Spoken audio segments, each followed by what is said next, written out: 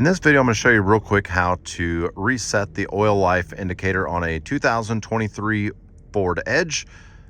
Not too difficult once you know what you're looking for. I'm going to use the directional buttons on here on the left-hand side of the screen, or on the left-hand side of the steering wheel, to navigate through this section of the screen here.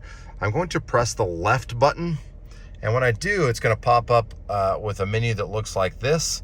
And then I'm going to press the down arrows, and we're going to go to settings. Once we get to settings, I'm going to push the right arrow to go into settings.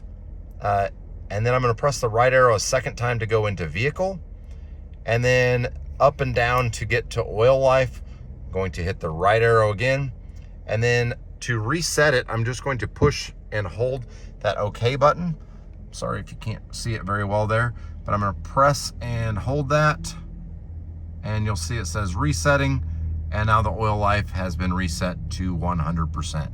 To get back, I'll just press the left arrow several times to get back to this, go back up to display mode, and then now we're back in the regular screen.